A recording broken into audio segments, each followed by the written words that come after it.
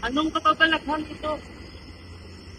Hi guys! Oh my gosh! Oh my god! There's a man with a shade in polo. Looks like Rizal. Oh my god! Girl, it's either cosplay on steroids or we just met the founder of Filipino Intellectual Slang. That is so weird.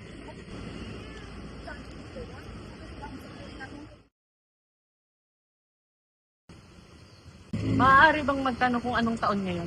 I believe it's 2025 though. Welcome to the future! We have Wi-Fi, iced coffee, and worst colonizer. Social media algorithms. Also, chill lang, Doc. We'll walk you through Germany, your second homeland. You want that? Let's get it!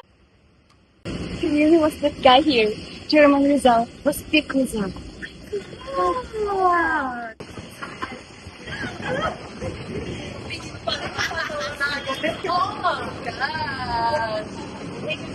dito ko nag-aral ng ophthalmology? Very that self is my motivation art. Detained under Dr. Becker, one of the best. The lane of class compassion. Hey, Rizalcor! Tama. Ninais kong tulungan ng aking ina. At dito na rin ako natutong maging doktor. Hindi lang sa mata, kundi pati sa bayan. Also, while he was studying, he wrote poems in German. Casual multilingual flex. Let's not ignore that. FYI lang, Heidelberg was not just a side trip for Rizal. Dito siya nag-aral ng ophthalmology.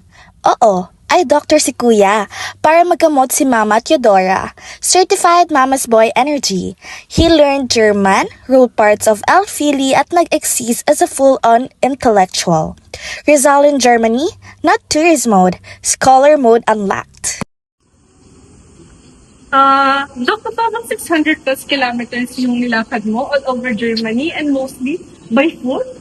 Oo, ako'y naglakbay sa Europa upang mas makilala ito at mas maunawaan ng aking bansa. Berlin, Leipzig, Dresden, Cologne, literal na Eurotrip ang layunin. Rizal was backpacking before it was cool. No filters, just letters, journals, and academic grips. Hindi lang Heidelberg besh, whole Germany ang nilibot ni Rizal para siyang naka-Globe Room Surf 1880 edition. From Heidelberg to Leipzig to Berlin, every city may purpose. Nag-aral, nag-lecture, nag-research at syempre naglilibot.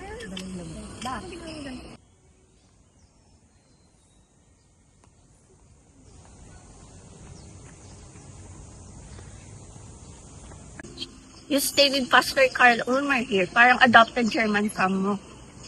Tapos dito mo tinapos ang Noli Me Tangere? Legit? 4-score freedom writing? Tama, ang katahimikan ng lugar na ito ang nagsilbing tahanan ng aking panulat at puso. Imagine, writing a revolutionary novel in this cozy forest while Europe's chilling? Well, that's historical slay. Pero get this, he was broke. Walang pambayad sa printing, minsan walang makain. Rizal in Berlin equals gutom but make it revolutionary. Still, ginapang niya.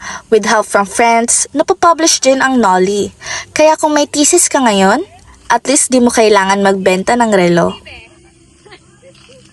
Doc, naalala mo ba tong spot? Dito sa Berlin mo pinablish ang Noli Me Tangere noong 1887. With the help of Maximo Viola, you barely had money, but still the print. Isang dakilang tulong ang kanyang ginawa. Kung wala siya, baka nanatiling panaginip ang aking aklat. Literal na print is power moment. And he didn't even soft launch it. He went straight for the throne.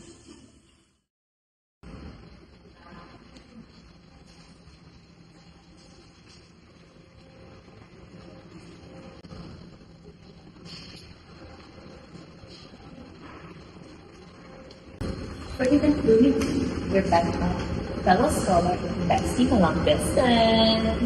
Wala pang GMs noon, pero yung support niya, real and rare. Yes. Tunay siyang hindi.